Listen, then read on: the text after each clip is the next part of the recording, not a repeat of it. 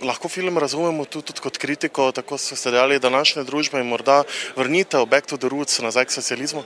Ne bi jaz, da se vrnemo v socializem. Jaz sem sam izpostavil, da te filme ene aspekte socializma, ki so bili v redu. Za enega delavca je bil sigurno, posebej v Mariboru, verjetno najbolj vejo, kako je bilo važno, kako je bilo za njih poskrbljeno. Pač ni bilo neodpuščanj, ljudje so dobivali družbena stanovanja na uporabo.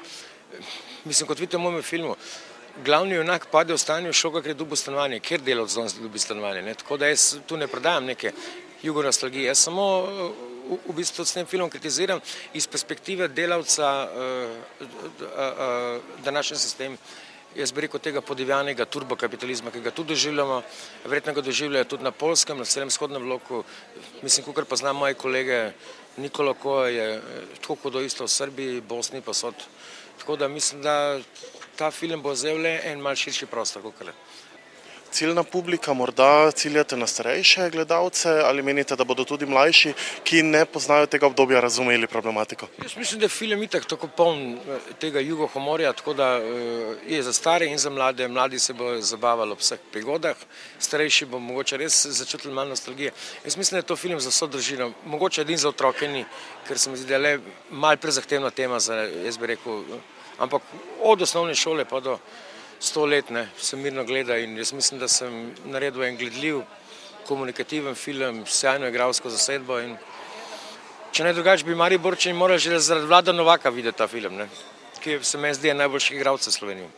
Jaz sem več v življenju že marsikaj odigral, pa mogoče ljudje niso samo zato rekli, juj, to pa je bilo tebi tako napisano na kožo. Igralec mora biti na vse pripravljen, pa znati tudi, bom rekel, vse odigrati, tisto, kar se mu zaupa. Lepo se poslavljam od svoje ekipe.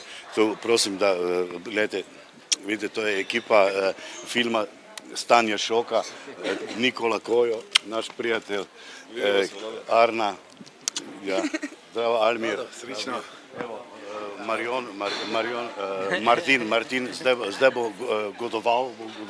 Godujem že zdaj, malo. No, pojutrišnjem goduje in tako. No, vidite, to ni zrežirano, veste, to ni zrežirano. To je, ker spontanost je najlepša, ne da? Spontanost, ne?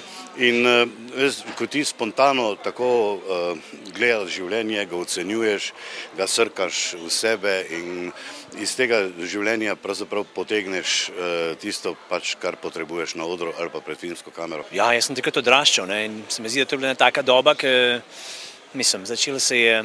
Mi nismo doživeli tistih stvari, ki jih najbolj kritizirajo v tem sistemu, po drugi svetovni vojni pa to.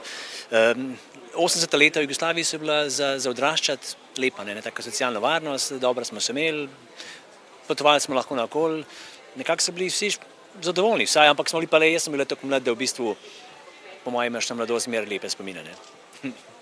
Ob delu vsemi temi rekviziti, ki jih je bilo treba skupaj poloviti, kateri morda vam je najbolj ostal spomin, ste imeli kak tak radio, telefon tudi sami doma? Ja, še v 80-ih. Spominjate česa? Ja, spomnim se onih telefonov, ki je bilo treba brniti, pa je šlo če smo jih veliko nul, pol je ful trajali, da si zavrtel telefonsko. Tega se že spomnim. Za mlajše, zdaj koliko mlajše, ne vem, kar nekaj preklinjajo tudi noter, ne vem, Petko jih kar ene par krepkih spusti, ampak sigurno je, za mlado publiko seveda. Jaz svoje otroke bi poslal pogledati. Ja, mi smo živeli socializem, jaz sem ga kar 40 let živel, oziroma še malo več. Želite nazaj k socializmu? Veste kaj, tako vam bom rekel, včasih glede enih stvari ja, bi rekel, da si marsikdo, predvsem tisti, ki so izgubili delo, predvsem tisti, ki ne najdejo zaposlitve, tisti razmišljajo o tem, ja, stari so pripovedovali, kak je včasih bilo normalno, da si po srednji šoli šel v službo, saj si povsod sedoval, kjerkoli si hotel, lahko si izbiral. Ja. Seveda ni bilo vse tako, kot bi si želeli in to je imelo tudi posledice, ekonomske posledice, zato ker smo mislili, da ni težav. So pa bile težave.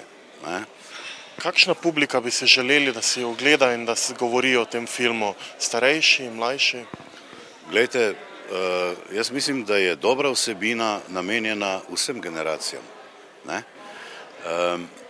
In to je za starejšo generacijo seveda, ker se bo identificirala s problemom. Dosti bolj mlajša generacija pa, da se mogoče iz tega tudi kaj nauči in da predvsem razmišlja o tem, kako je zgodovina mati učenosti in da naj brumno spremlja življenje, to, kar se dogaja okoli nje, tako da se bo na stara leta imela česa spominjati.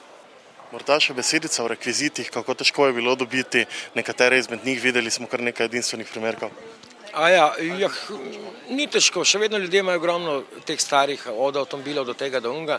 Jaz sem imel dobrega scenografa Pepi Sekuliča, ki je tudi dekan fakultete za vizualno umetnost AVA, v Ljubljani, tako da so tudi študentje sodelovali, tako da bi tudi to za njih en študijski proces.